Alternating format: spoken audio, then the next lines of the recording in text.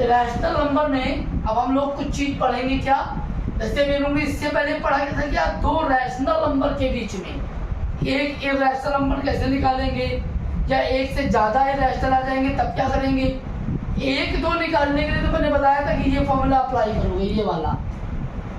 लेकिन अगर हमें दो रैशनल नंबर के बीच में, दो रैशनल नंबर है उनके बीच में अगर हमें एक इरैशनल नंबर निकालना होगा, क्या दो रैशनल नंबर है, एक 2 है और एक 3 है, इसके बीच में अगर हमें एक इरैशनल नंबर निकालना है तो हम क्या करेंगे। अगर एक इरैशनल नंबर निकालना है तो हम क्या करेंगे, हम ये वाला फॉर्मूला अप्लाई करेंगे, क्या रूट ए और बी क्या होते हैं, इसमें पॉजिटिव रैशनल नंबर होते हैं।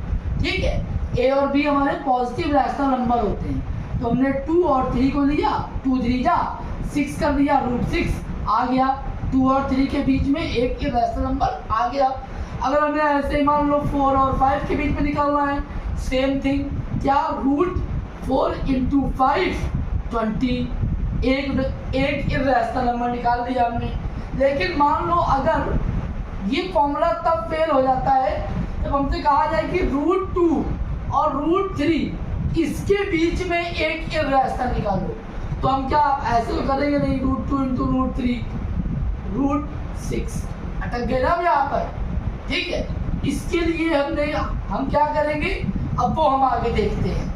इसके लिए अब मान लो अगर हमें दो इरैशनल नंबर निकालना हो 5 और 6 के बीच में, ठीक है, एक तो निकाल सकते हो उस फॉर्मूले से, एक निकाल सकते हो। लेकिन अगर मान लो 2 आ गया तो इन दो रैशनल नंबर के बीच में हमें जो है दो इरैशनल नंबर निकालने हैं, तो हम कैसे निकालेंगे। तो देखो तरीका क्या है, बहुत आसान होता है। रैशनल नंबर निकालना डिफिकल्ट है, ये निकालना बहुत आसान है। इरैशनल नंबर क्या, जैसे 5 और 6 के बीच में निकालना है तो क्या करेंगे, 5 और 6 के बीच में अगर हम ध्यान दें तो पहला नंबर हम लिख सकते हैं 5 1 2 3 4 9 6 8 डैश। दूसरा लिख सकते हैं 5 2 3 4 6 8 9 डैश। ठीक है, दो रास्ता हो गए कि नहीं हो गए भाई। 5 और 6 के बीच में ये आते हैं कि नहीं आते, बस ध्यान रखना कि 5 से कम ना हो और 6 से ज़्यादा ना हो, बस ये हो गया इसका आंसर। ऐसे ही अगर हमें मान लो दो नहीं, कितने निकालने हो, 5 निकालने हो, किसमें, 6 और 7 के बीच में। 6 और 7 के बीच में अगर हमें 5 रैशनल नंबर निकालने हैं तो हम क्या लिखेंगे, 6.1 5 3 2 6 डैश। फिर दूसरा लिख देंगे 6.2 3 8 9 4 डैश। तीसरा लिख देंगे 6.3 2 3 1 2 9 8 डैश। फिर 4 लिख देंगे क्या, 6.4 5 7 8 2 डैश। 5 लिख देंगे क्या, 6.5 6 0 6 0 0 6 डैश। बस एक बात का ध्यान रखना है कि नंबर रिपीट ना हो और नंबर कटे ना, है ना। तो हमें ऐसे डेसिमल एक्सपेंशन लिख देना है, काम खत्म। हमारा ये क्या हो जाएंगे, 6 और 7 के बीच में ये नंबर लाई करेंगे, इरैशनल है जो कि। ठीक है, अब हम लोग देखेंगे कि अगर दो इरैशनल नंबर है, दो इरैशनल नंबर है, तो हम कैसे इसके बीच में दो इरैशनल नंबर लिखेंगे। जैसे √2 की वैल्यू क्या होती है, 1.414 डैश। √3 की वैल्यू क्या होती है, 1.732 डैश। अब 1.4 और 1.7, 1.4 और 1.7 के बीच के नंबर लिख दो, क्या दिक्कत है भाई। 1.4 है, 1.4 2 5 6 7 डैश। 1.4 3 6 8 9 डैश। हो गए दो इरैशनल नंबर, खत्म।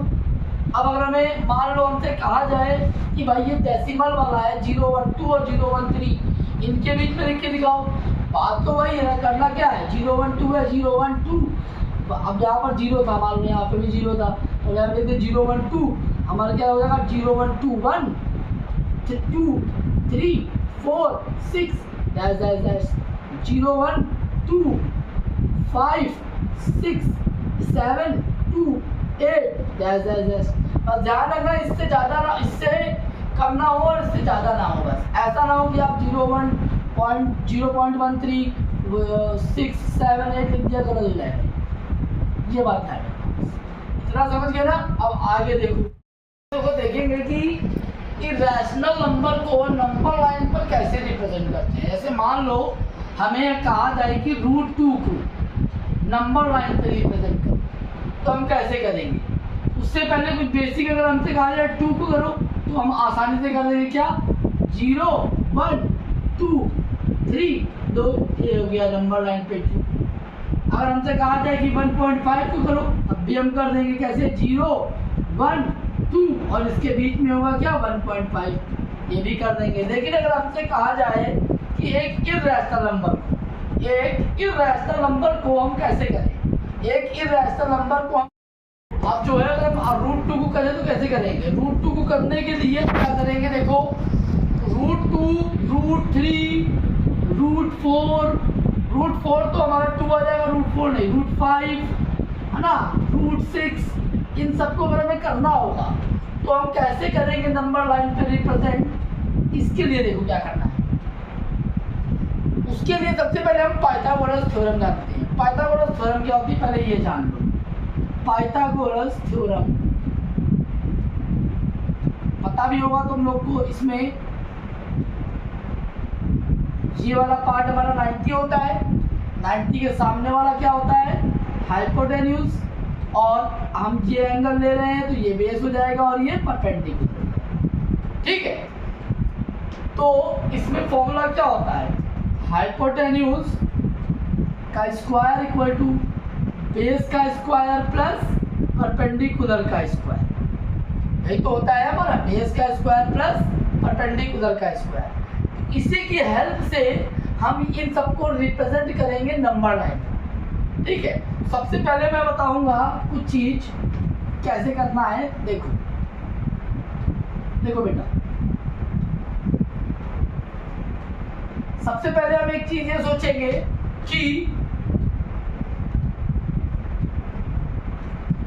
इसमें हम ये सोचेंगे कि √2 यहाँ पर हाइपोटेन्यूज में है, तो हम यहाँ पर परपेंडिकुलर और बेस में हम क्या ले लें।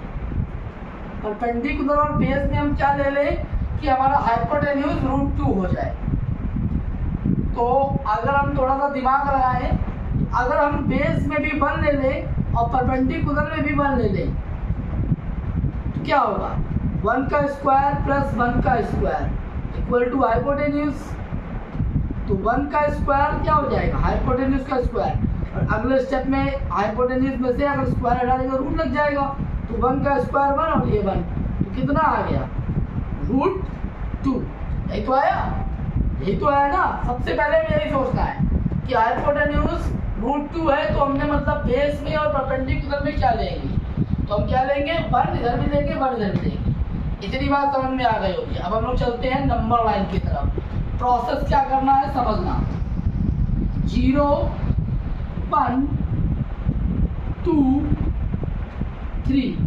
अब एक चीज समझो, हमने बेस कितना लिया है 1 लिया है ना।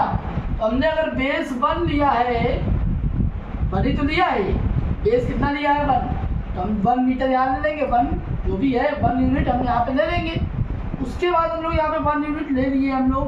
अब हम लोग क्या करेंगे बेटा, अब हम लोग परपेंडिकुलर बनाएंगे। परपेंडिकुलर कैसे बनाते हैं, एक आर्क यहाँ पे काटेंगे, यहाँ से कटेगा फिर यहाँ से कटेगा, फिर एक ये लाइन और एक ऐसे की।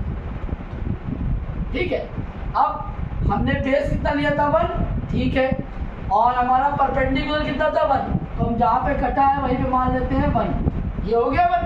अब हम लोग क्या करेंगे, इसको 0 से मिला देंगे, तो ये हमारा कितना आएगा √2 आएगा ना, पता है ना 1 और 1 का स्क्वायर √2, यहाँ पे मैंने बताया था। ठीक है, लेकिन अभी हम लोग जो बात कर रहे हैं ये जो √2 है ये तो हवा में है ना, नंबर लाइन पे थोड़ी ना है, नंबर लाइन पे तो है नहीं। तो नंबर लाइन पे लाने के लिए क्या करेंगे ये भी समझना थोड़ा सा बेटा। एक चीज समझो कि ये कोई सड़क है, ये कोई सड़क है और ये हमारे सूरज बाबा हैं, ठीक है।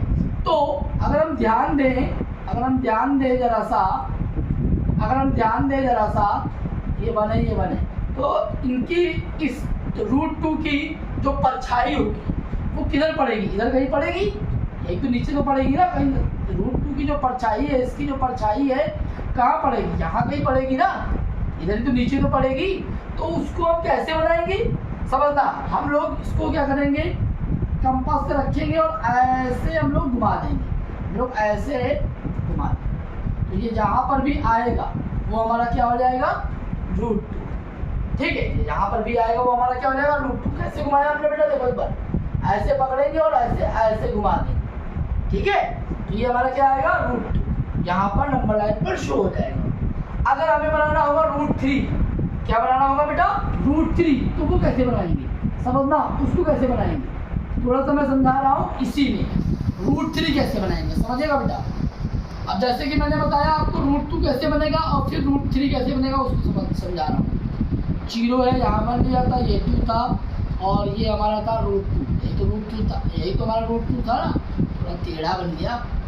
मैं 8 में सोचे कच्चा रूट 2 और ये 1, ये भी बनता। अब हमें क्या बनाना है? रूट 3। तो रूट 2 के बाद ही तो रूट 3 है ना। तो रूट 3 के लिए हम लोग क्या करेंगे? हम लोग यहाँ पर कुछ नहीं, ज़्यादा दिमाग लगाना ही नहीं है। बस आप यहाँ फॉर्मूला लिखो, यहाँ लिखो बेस, यहाँ लिखो परपेंडिकुलर। हाँ एक बात ध्यान रखना, परपेंडिकुलर जो होगा, चाहे रूट 3 बनाओ, 5 बनाओ, कुछ भी बनाओ, आप हमेशा परपेंडिकुलर क्या लेंगे? 1 लेंगे। क्या लेंगे? 1। मतलब यहाँ पर जो लेंगे आप लोग क्या लेंगे? वो हमेशा 1 लेंगे। क्या लेंगे बेटा? 1 लेंगे, ठीक है। बेस चेंज होगा, बेस भी जो चेंज होगा, जैसे रूट 3 बनाना है तो रूट 3 से पहले क्या आएगा? रूट 2 आएगा। तो हम यहाँ पर क्या ले लेंगे? रूट 2। देखना भी अपने आप आएगा। और यहाँ पे क्या है? 1 तो लेना ही देना है हमें। अब देखो बेटा ध्यान से, रूट 2 का स्क्वायर 2 प्लस 1 का स्क्वायर 1। तो यहाँ पर हमारा क्या आ जाएगा? रूट 3 आ गया ना।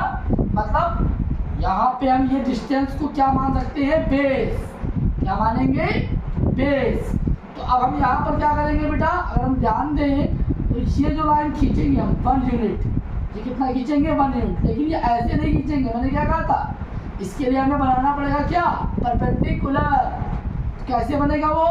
उसको हम बनाएंगे, इधर देखो बेटा ध्यान दो, इसको हम कैसे बनाएंगे? इसको हम ऐसे बनाएंगे, यहाँ पर एक कट मारेंगे, यहाँ पर, फिर इधर, और ये हमारी खींच गई परपेंडिकुलर 1 यूनिट। देन हम इसको ज्वाइन करा देंगे, इससे करा दिया। तो ये क्या आ गया बेटा? रूट 3। देखिए मैं पहले बता चुका हूँ, अभी ये रूट 3 कहाँ है? हवे में है। हमें कहाँ जाना है? नंबर लाइन पे। फिर से हम यहाँ पे रखेंगे कंपास को और ऐसे करेंगे और ऐसे। यहाँ पर देखो ये आ रहा है ना, जहाँ पर भी आएगा, ठीक है। इस तरह से हम लोग इसको बनाएं। ओके, इतना आप लोग समझ गए होंगे, ठीक है। इतना देख लिया ना। Representation of root 50 on number line.